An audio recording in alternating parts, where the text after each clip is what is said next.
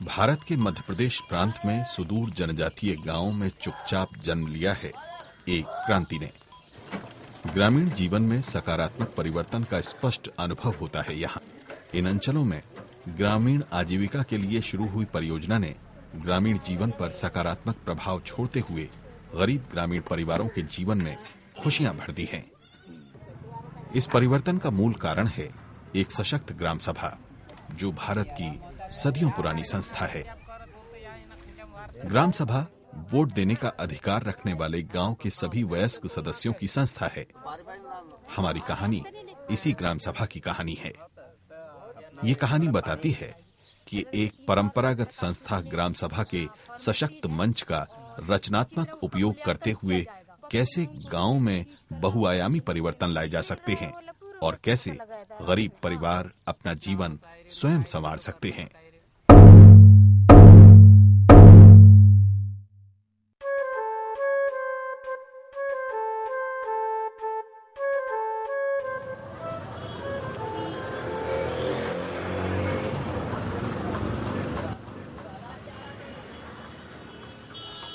ये कहानी शुरू होती है प्रदेश की राजधानी भोपाल से, जो मध्य प्रदेश ग्रामीण आजीविका परियोजना का मुख्यालय भी है।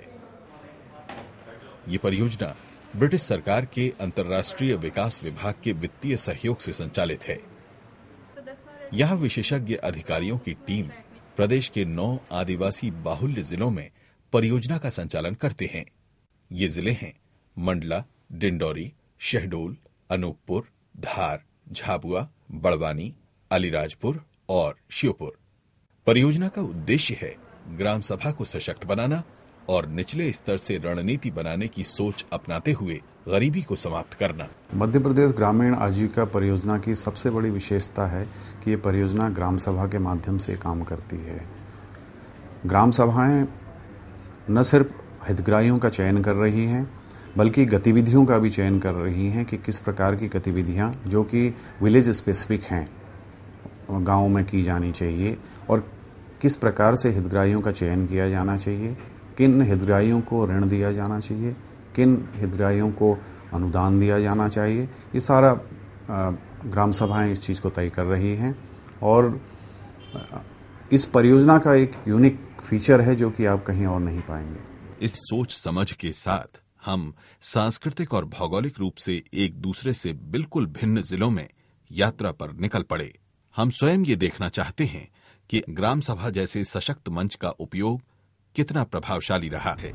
पहले चरण की यात्रा में हमें भोपाल से 350 किलोमीटर दूर प्रदेश के पश्चिमी सीमावर्ती जिले अलीराजपुर जाना है, जो भील और भिलाला जनजातीय समुदाय की भूमि है।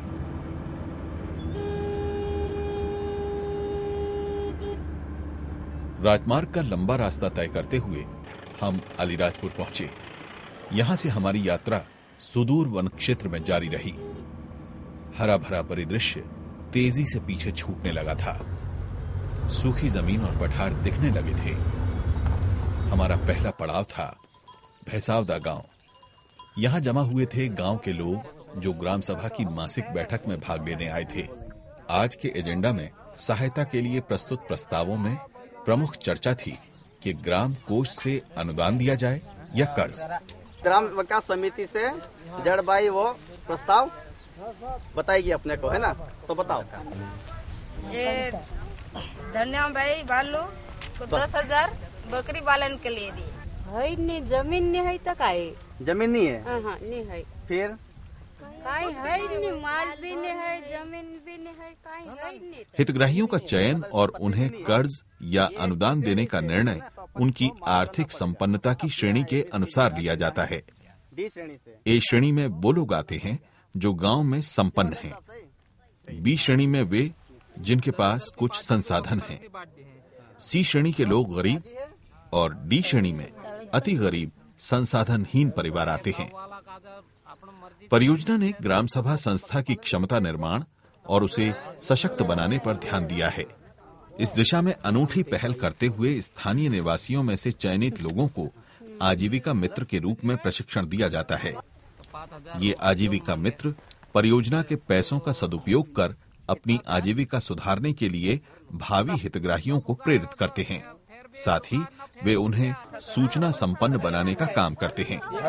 यहाँ हम मध्य प्रदेश ग्रामीण आजीविका की तरफ से एलपी बनाया, तो हमने जो गांव में घूमना, कई बैठक करे ग्राम सभा, उसमें लोगों को बुला के लाते हैं, ग्राम सभा करते हैं, उसमें प्रस्ताव विस्तृत करते हैं, उसमें फिर जो मतलब सभी बताए कि उनको देना लोन, तो उसके हिसाब से हमने फिर चेक बनाते हैं। सब मजदूर बोले तो उनको दिलवाना एलपी का काम है, और वसूली करना भी उसकी ज़्यादा जिम्मेदारी है, क्योंकि वो मतलब गांव में रहता, देखभाल उनका अनुभव रहता कि मतलब कौन व्यक्ति कैसा क्या। पहले नहीं समझते थे, कोई कहते कि मतलब ये फालतू ऐसे ही, तो हमने बोला कि ऐसे नहीं भैया, कि ये मतलब आजीविका परियोजना अपनी सरकारी चली है आगे से ये, तो उसके हिसाब से मतलब लोगों को फायदा देते हैं और बनने से बचत करते हैं। ग्राम सभा के कार्य करने की प्रक्रिया से परिचित होना अपने आप में एक अनूठा अनुभव था।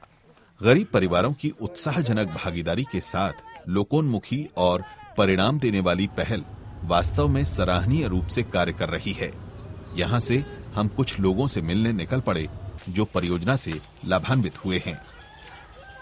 राम सिंह की चौकी गांव में हम मिले केसर सिंह से। वो आटा चक्की चलाता है, यहीं उसने किराना दुकान भी खोल रखी है।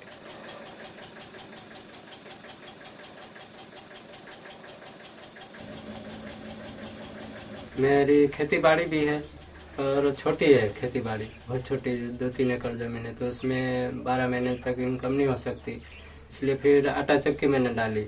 आटा चक्की इससे मोटर से चलती थी, तो लाइट सही नहीं रहती थी। फिर ग्राम सभा बैठक में गया, तो वहाँ पे परियोजना वाले ने कहा कि लाइट की बहुत समस्या, तो फिर एक डीजल इंजन ले ले आटा चक्की पे, तो चलता रहेगा करके। फिर डीजल इंजन के लिए मैंने परियोजना वालों से 10,000 का लोन लिया, फिर उससे मेरा पैसा मिला के डीजल इंजन लाया, उससे अब रेगुलर आटा चक्की चल रही है। तो दिन में 1-1.5 कुंटल पिसाया जाती, 1.5 रुपये के हिसाब से, तो 200-250 रुपये रोज आता है, उसमें खर्चा काट के 100-150 बचत हो जाती, इससे मेरा परिवार आराम से चल रहा है। आटा चक्की के बाजू में मेहताब सिंह की पंप सुधारने की छोटी सी दुकान है। अपने पड़ोसी की ही तरह मेहताब भी ग्राम सभा में वित्तीय सहायता मांगने आया था। पहले वो अलीराजपुर में ही एक व्यापारी के यहाँ काम करता था। परियोजना से वित्तीय सहायता मिलने के कारण उसने अपना छोटा सा धंधा शुरू किया। ग्राम सभा मीटिंग में बैठने का फायदा है, वो कुछ धंधा योजना के लिए आगे बातें मिलती है, समझाते लोगों ने, तो इसलिए तो हम ये आजीविका से जुड़ाया, नहीं तो नहीं जुड़ाता, हम नहीं बैठते तो नहीं जुड़ाते। ज्यादा से ज्यादा गरीब लोगों को परियोजना से जोड़ने के लिए और ग्राम सभा को सशक्त बनाने के लिए मध्य प्रदेश ग्रामीण आजीविका परियोजना ने कृषक पाठशालाएं आयोजित करने की पहल भी की। इसकी कल्पना ये थी कि खेती किसानी के संबंध में आधुनिक ज्ञान गरीब किसानों तक पहुंचे।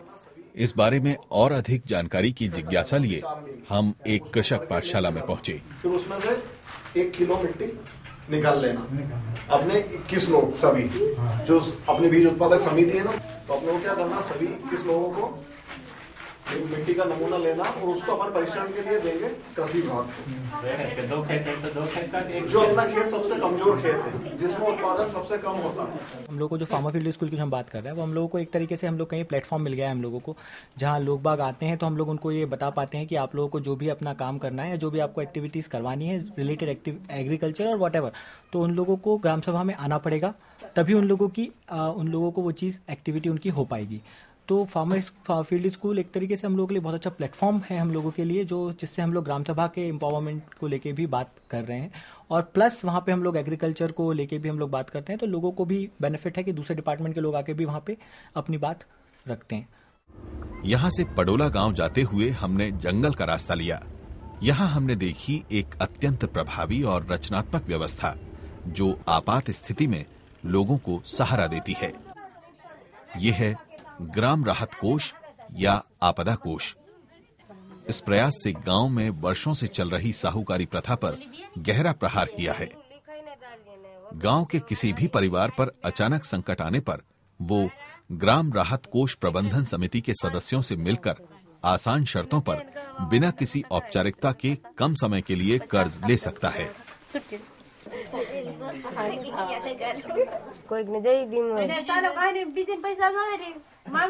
आपदा कोष की जरूरत हमको इसलिए पड़ी क्योंकि गांव के जो गरीब लोग हैं उनको यहाँ से इतनी दूर से 10 किलोमीटर कठीवाड़ा जाना पड़ता। रात बेरात इनको कोई भी समस्या होती तो यहाँ गांव में इनको पैसा नहीं मिलता था। तो फिर इन्होंने ग्राम सभा में ये तय करा कि हमारे गांव में एक ऐसी पेटी रखे जहाँ गांव में 200-500 रुपए की पूर्ति कर दे। वस्तुतः परियोजना के काम करने का दायरा बहुत बड़ा है। इसमें महिलाओं की भागीदारी बढ़ाने के लिए उनसे संबंधित मुद्दों और महिला सशक्तिकरण पर भी ध्यान दिया गया है। हम लोग कोशिश यही करते हैं कि ज्यादा से ज्यादा महिलाएं ग्राम सभा में आएं और अपने परिवार के, अपने बच्चों के विकास के लिए और महिलाओं से संबंधित मुद्दों पर वो लोग सोचें और बात करें। और परियोजना के माध्यम से यही हो भी रहा है कि महिलाएं ग्राम सभा में आती हैं।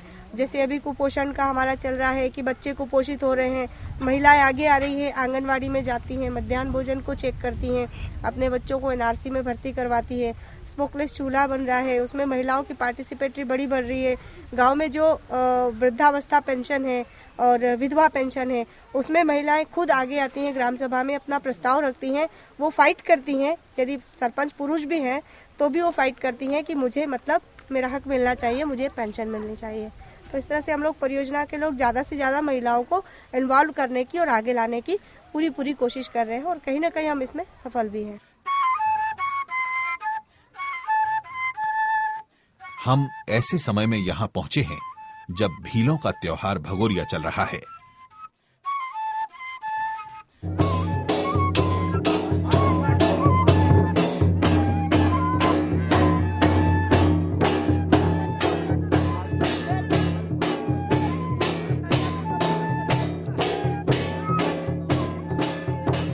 उमंग से भरे उत्सव मनाते भीलों की संस्कृति से परिचित होते हम आगे बढ़े।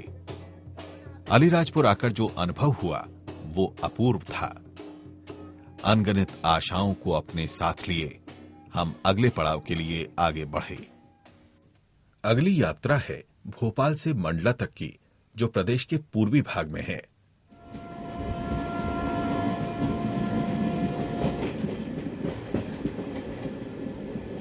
हम रेल से जबलपुर पहुंचे। यहां से पहुंचे मंडला 2-2.5 घंटे के सड़क मार्ग से सफर करके। मंडला नर्मदा नदी के किनारे बसा सुंदर शहर है। गोंड और बैगा मंडला जिले में निवास करने वाली प्रमुख जनजातियां हैं। हमें यहां के सुदूर गांवों में जाना है, जहां मध्य प्रदेश ग्रामीण आजीविका परियोजना ग्राम सभा के साथ मिलकर कार्य कर रही है।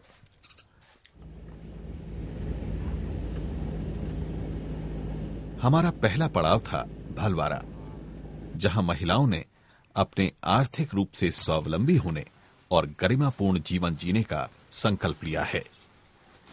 वहाँ जानकारी मिली थी ग्राम सभा में, और ये जानकारी आई थी मध्य प्रदेश ग्रामीण आजीविका परियोजना द्वारा। फिर वहाँ यहाँ है महिला प्रशिक्षण, तो वहाँ 3 महीने के लिए ट्रेनिंग दी गई थी फिर महिलाओं को। तो फिर ट्रेनिंग के बाद फिर ये कच्चा माल हम स्वयं एक बचत करके फिर लिए हैं 40 रुपए किलो। फिर उससे हम चोटी गुथे, फिर चोटी गुथ के सामान जो भी सीखे थे वहाँ, मैट, पेन बॉक्स, गुलदस्ते वगैरह, तो वो सब बनाए। फिर धीरे धीरे फिर रुचि बढ़ने लगी कि हाँ हमारे पास आय आय का साधन है ऐसा करके। अब हम 1500 रुपए कमा लेते हैं घर बैठे। मजदूरी बाहर करने नहीं जाना पड़ता है, जैसे गैती फाड़ा उठाओ वो नहीं कर पाते इसी काम में। अब इसी की मेहनतानी कर